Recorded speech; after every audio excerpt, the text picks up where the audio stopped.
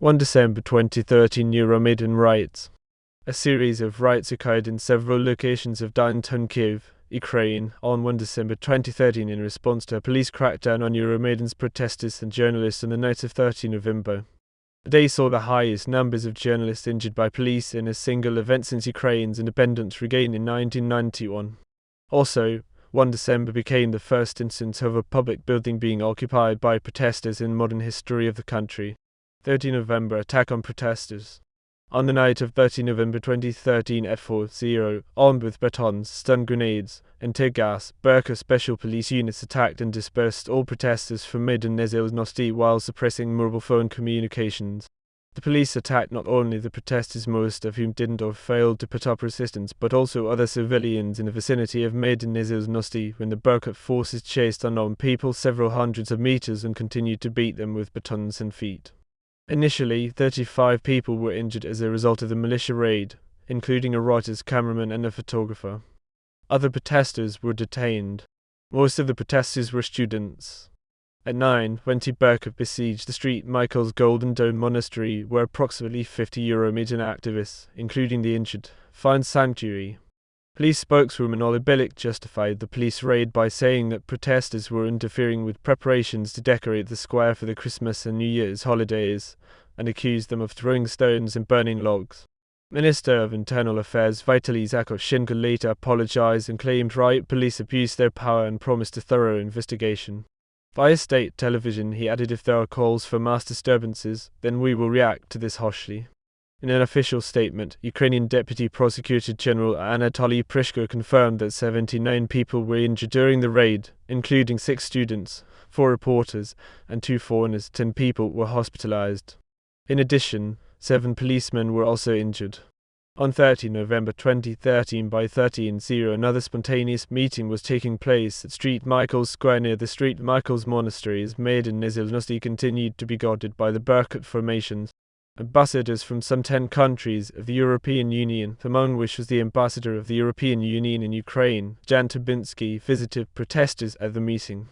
According to Hromadsk TV, by 16:00 the meeting gathered some 5,000 people who were shouting "Won't forgive" and "Revolution." At St. Michael's Square, protesters started to form units of self-resistance. Approximately 10,000 protesters remained in the evening of the 30th, with an estimated 10,000 more from Lviv traveling to Kyiv on Saturday night. On 30 November, opposition parties Batkivshchina, Udar and Svoboda set up headquarters of national resistance throughout Ukraine. 1 December riots. On 1 December, Kyiv District Administrative Court banned further protests in downtown Kyiv at both Maidan Nezhilnosti and European Square, as well as in front of the Presidential Administration and Interior Ministry buildings, until 7 January 2014. Opposition forces planned the rally on the 1st to take place at St. Michael's Square, which is not among the banned rally locations, with a march towards Maidan Nezhilnosti. During 1 December rally, protesters followed through and defied the ban and marched from St. Michael's Square to retake Maidan Nezhilnosti. Protesters broke several windows in the city council building, followed by crowds spilling out of Maidan Nezhilnosti to the Presidential Administration building at Bankovo Street and the Cabinet building Roshishkoho Street. People chanted "Out with the thugs" and sang the Ukrainian anthem. The opposition party Batkivshchina claimed as much as 500,000 protesters turned out for the rallies, and opposition leader Petro Poroshenko claimed 350,000 were on Maidan Nezhilnosti. Other news agencies reported over 100,000 in Maidan Nezhilnosti alone, and the total number of protesters to be from 400,000 to 800,000. One poll had 70% of the surge in protesters attributable to the violence of 30 November. At around 14:00, a group of protesters commandeered a bulldozer along Gong ZDM 833 from Maidan Nezhilnosti and attempted to pull down the fence surrounding the Presidential Administration building. People threw bricks at internal troops guards. At least 3 people were injured outside of the Presidential Administration building, receiving head injuries from flying debris. AFP reporters saw security forces outside the Presidential Administration building fire dozens of stun grenades and smoke bombs at mass demonstrators who were pelting police with stones and Molotov cocktails. The opposition stated that the aforementioned confrontations with police forces were organized by provocateurs and that the opposition has nothing to do with the conflict at Bankovo Street. They confirmed that the protests of opposition are peaceful. A number of activists, including People's Deputy of Ukraine Petro Poroshenko, attempted to stop the tractor. Radio Stolitsy reported that Berkut riot police stopped a motorcade of protesters from heading towards the presidential mansion in Mezhyhorye, a suburb north of Kyiv. The Ukrainian Interior Ministry reported that more than 300 members of the Radical Bratstvo Brotherhood organization were involved in unlawful actions committed outside the presidential administration building, who acted under the direction of its leader, Dmytro Korchynsky. The opposition occupied the Kyiv City Council City Hall and the trade unions building. They still remain under control of the protesters. At the City Council building, protesters broke windows to get inside the building and occupy it. They chanted Kyiv's ayos and hung a Ukrainian flag in a window. The city police warned the protesters in City Hall that they will undertake measures to clear the building if they do not leave it, without specifying. The capital's police warns that in case of non-compliance with their lawful demands, the law enforcers will undertake corresponding measures to free the building from violators of law. Secretary of the Writers' Union of Ukraine Serhiy Pantyuk took a dozen women to shelter inside the union building.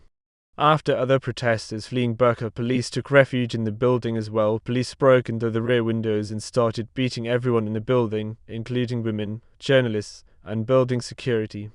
There were up to 50 people hiding inside. The official websites of Ukraine's presidential administration and interior ministry that controls more than 300,000 law enforcement personnel had been down for most of the day. Local media reports claim that attackers are the cause, although no group has taken responsibility for it.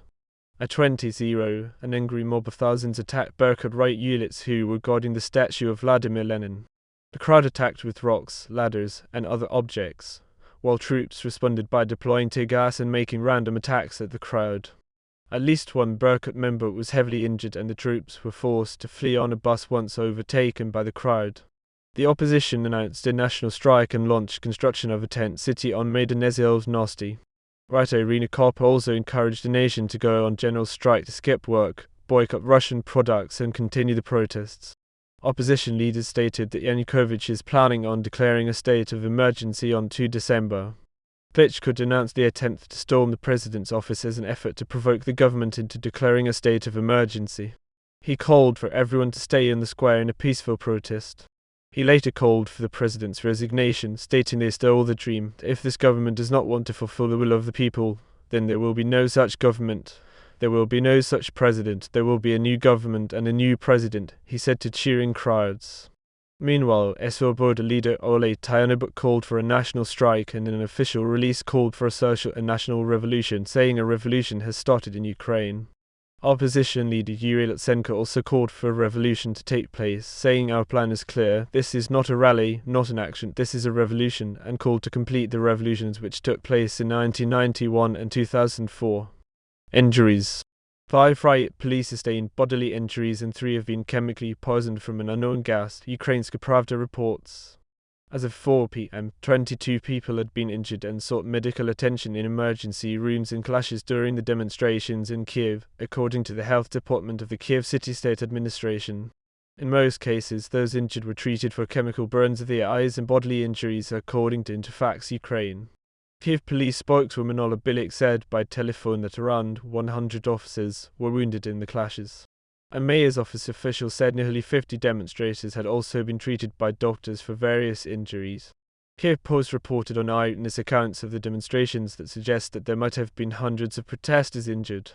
According to the Department of Health, by the end of the second day of clashes, 109 protesters were hospitalized with 165 injured in total.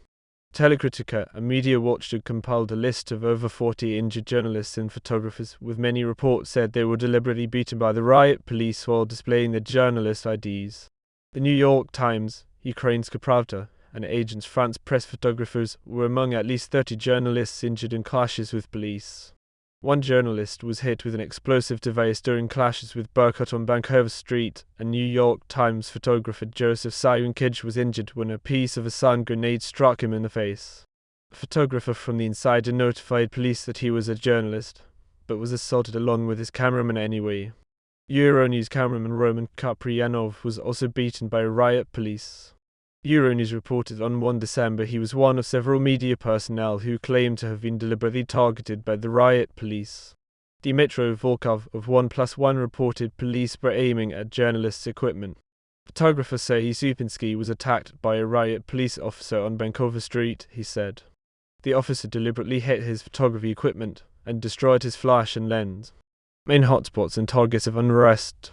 The most violent and widely reported riots of the day occurred at the following places: on the Bankover Street Licky Government Quarter neighborhood, where rioters attacked the police cordons protecting the building of the president administration; on the Kreshchatyk Street, where protesters stormed and occupied the Kyiv City Council building, also known as City Hall; on the Bessarabska Square, where unknown rioters attempted at toppling the monument to Lenin, attacking and chasing away the police.